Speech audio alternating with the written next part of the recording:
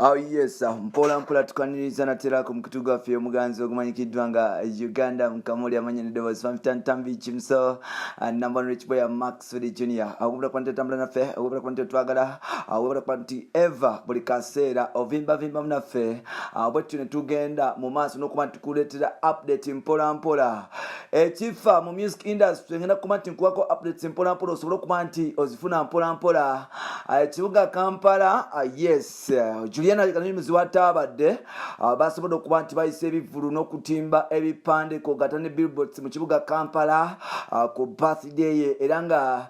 gabadde matibo ne kibuga Kampala bakinanyizizza ebifananyi bya mukyala mukulu amanyikiddwa nga Princess Juliana Kanyomozi mpola mpola nga bwe nkuwa updates mpola mpola nga bwe nakugambye nziramu kukikugamba nti ennyimba z'abaana Uganda zigenda mu maaso n'okuba nti zifuluma era nga ngenda kusaba obeere omusaale obeere nti ozirindirira ennaku z'omwezi nga lumu nkiddamu ennaku z'omwezi nga lumu Desemba baana balenzi Don Sultan Sadax bagenda kuba nti bata video yaabwe empya ddala video eno bagiyita ddala oluyimba baluyita ddala audio bamuta video eno yakwatibwa munnakenya amanyikiddwa nga Uncle Mashtura K-Star Author Brothers mpola mpola yagikutte musajja omuvubuka we munnakenya yes yagikutte abavubuka abayita Don Sultan Sadax genda ku YouTube channel yabo obeere nga osubscribing ononyeko ne music wabo mulala mpola mpola audio is already out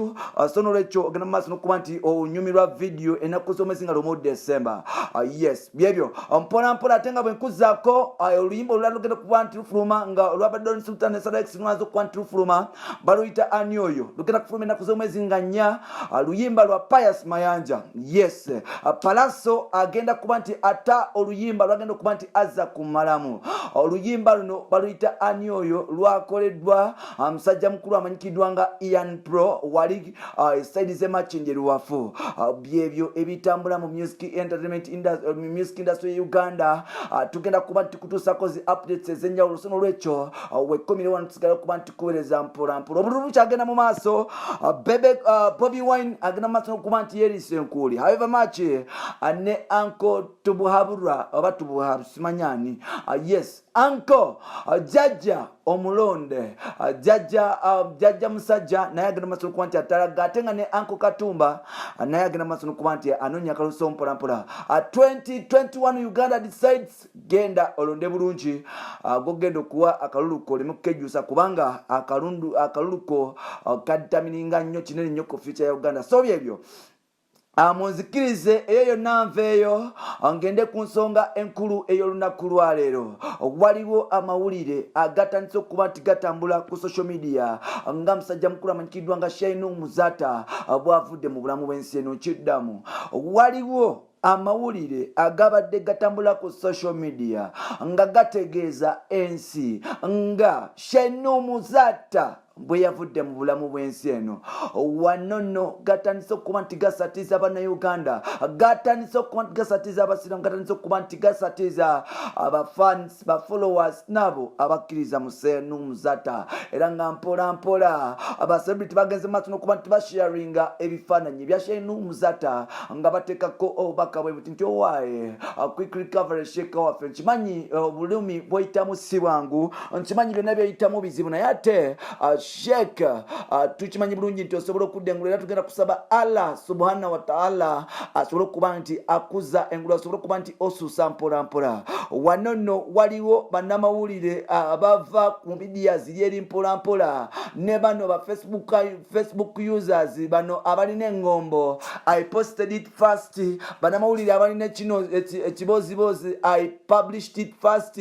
nze yasoose okukyogera nze yasoose okukiwandikako nze yagenze ku TV oba radio nemba nti njogera nti Sheik Muzaata afudde wanono amawulire gatandise okuba nti gewalikiza Bannayuganda era nga Uganda esibyeko bunkenke abantu bagenze mu maaso n'okuba nti bekubira obusimu n'okuba nti obaolyawo bawuliziganya basobole okuba nti bafuna agasingawo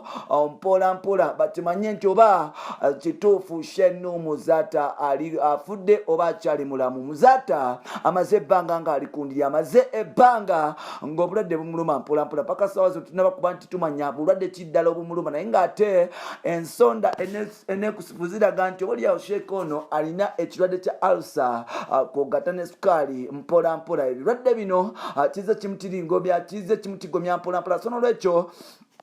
kyasobodde okuba nti kimukuba ku ndiri. Bangi obaoliawo bavuddeyo okusaabira Sheik Muzaata, bangi obaoliawo ababadde tebakkiriziganya naye batandise okuba nti bajaguza n'okuba nti obaoliawo basanyuka nga Sheik ono agenda mu maaso n'okuba nti alwala ku ndiri. Bangi babadde batandise okuba nti bagafulumya olunaku lwaleero mutabanyi wa Sheik amanyikiddwa nga Sulaiman Sowedi Muwonge avuddeyo n'akuba emmeeza. Mulekeraawo okwogera bye mutamanyi, mulekeraawo okusamwasama n'ebigambo, mulekeraawo kubika abantu abakyali abalamu, mulekeraawo kuteeka erinnya lya taata wange Mukamwa, mulekeraawo kuba nti mupostinga ku social media, mulekeraawo okulimba okuwuddisa bannayuganda nga mugamba nga Sheik Muzaata bwe yafudde.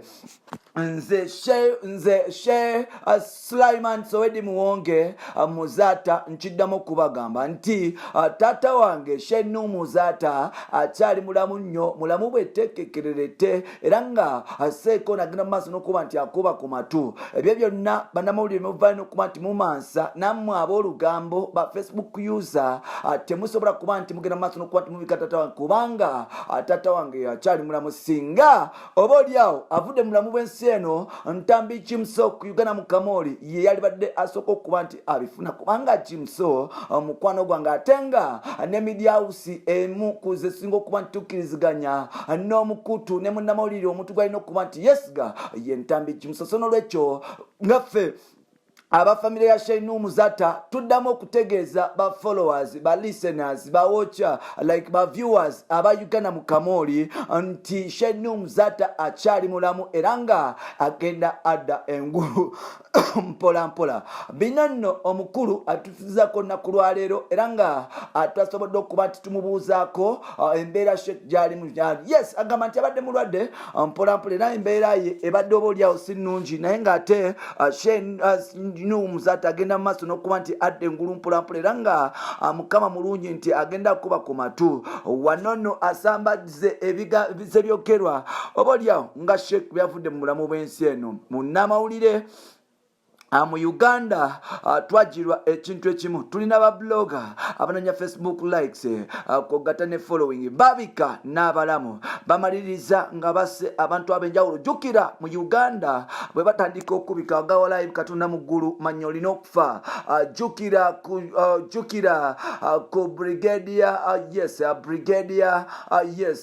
yalina Major General Kasirye Eggwanga, bamubika bwatyo n'ayitawo mpola mpola. Recently Pastor Iga bagna maaso n'okuba nti bamubika enfunda nno nnyingi, bamaliriza olumbe lumukubye ku ndiri era nga yagenda maaso n'okuba nti ava mu bulamu bw'ensi eno mpola mpola. Ennaku z'omwezi zaalinga 1 February, Moses Radio ennaku z'omwezi zaalinga 1 February 2018, abantu abakyamu bagenda mu maaso n'okuba nti babika Moses Radio. Wayitawo ennaku mbale bubazi nafa, kati abantu bennyini batandise okuba nti babika Sheik Muzaata. Obaoliawo